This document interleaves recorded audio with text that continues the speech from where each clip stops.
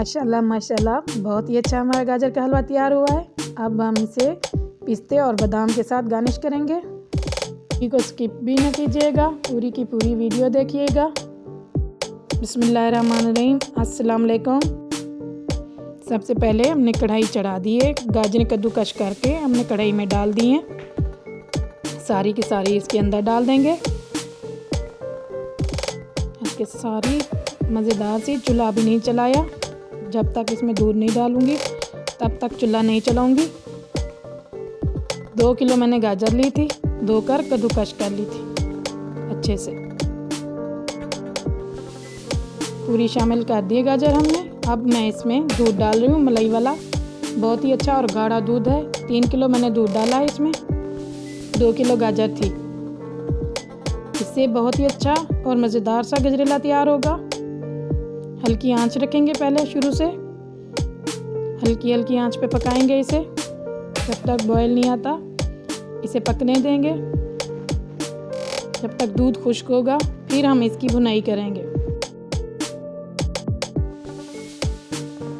अभी दूध में बॉयल आना शुरू हो चुका है।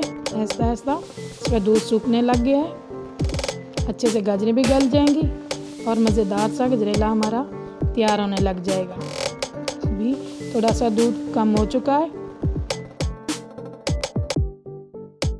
अब इसमें हम देसी घी 3 से 4 चम्मच देसी घी डालेंगे।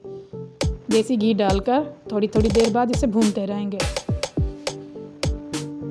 देसी घी से खुशबू भी अच्छी आती है और अच्छा लगता है। यह चीनी 4 चम्मच इसमें बड़े चीनी के डालें हैं खाने वाले। अगर आपको चीनी कम लगे और भी शामिल कर सकते हैं। इसके साथ इसे भूनूंगी अच्छे से। बिल्कुल खोए की ज़रूरत भी नहीं पड़ी। दूध में जो मलाई थी उसी का खोया तैयार हो चुका है। दानेदार खोया इसके अंदर टेक्सचर आ रहा है। अब मैं इसका चम्मच मुसलसल चलाती रहूँगी, नीचे से भी नहीं लग जाए। अब इसकी भुनाई करेंगे। बहुत सारी देर इसे भूनते रहेंगे जब तक इसका घी बाहर नहीं निकल आता, तब तक इसे भूनती रहूँगी। अब ये भून चुका है। अब मैं इसमें ड्राई फ्रूट, थोड़े से बादाम डाले हैं मैंने इसमें, थोड़े से बचाकर गार्निश के लिए रखे हैं। थोड़ा सा पिस्ता, वो भी इसके अंदर डाल दूँगी। इलायची पाउडर मैंने पहले ही दूध में शामिल कर लिया था। अब मैं इसमें थोड़ी सी दराक, किशमिश जिसे बुलाते हैं, वो भी डाल दी है।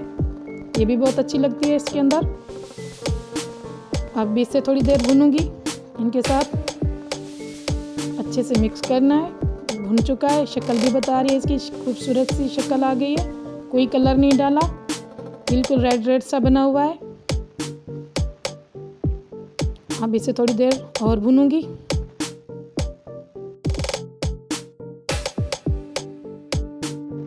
अभी भी हम इसे भून रहे हैं। अब हम इसे उतार देंगे चूल्हे से। बस बहुत अच्छा सा मज़ेदार सा तैयार हुआ है। अब हम इसे थोड़ा सा गार्निश करेंगे डिश में निकाल कर। पिस्ता, बादाम, किशमिश, अब मैं इसकी सजावट कर रही हूँ। इससे बहुत ही अच्छा नज़र आएगा और खूबसूरत सा लगेगा।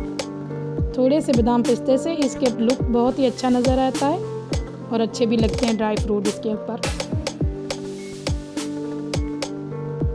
पिस्ता लगा दिया है, थोड़े से किनारे पे बादाम लगाए हैं और अब ये छिलका उतरे हुए बादाम है, ये भी सजा देने हैं।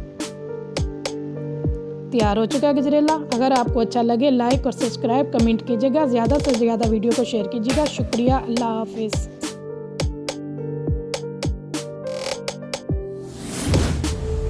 Subscribe to my channel.